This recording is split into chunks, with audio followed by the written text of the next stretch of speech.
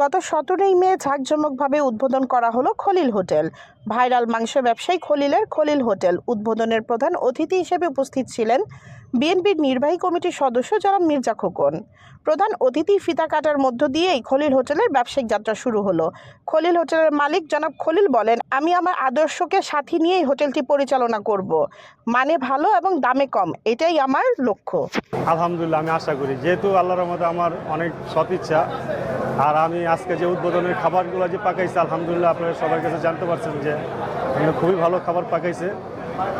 আমি আশা করি, যদি ওরা বলতেছে এর চেয়ে ভালো, কিন্তু এইটাই আমি আল্লাহর রহমতে আমি মনে করি যে এইটাই কোথাও নাই। তা আলহামদুলিল্লাহ আশা করি যে কাস্টমার খাইলে আবার আসতে। শেষ প্রশ্ন হচ্ছে, যেহেতু উদ্বোধন এবং শুরুর সপ্তাহে আপনার এই সময়ে কাস্টমারদের জন্য কোনো অফার আছে কিনা? কাস্টমারদের অফার অবশ্যই আছে। কাস্টমারদের দেখছেন, আমি প্রত্যেকটা আইটেমের প্রোডাক্টের দাম একদম কমায় নিয়ে আসছি। দোয়া করেন যে সবসময় যে কমায়া বেচতে পারি।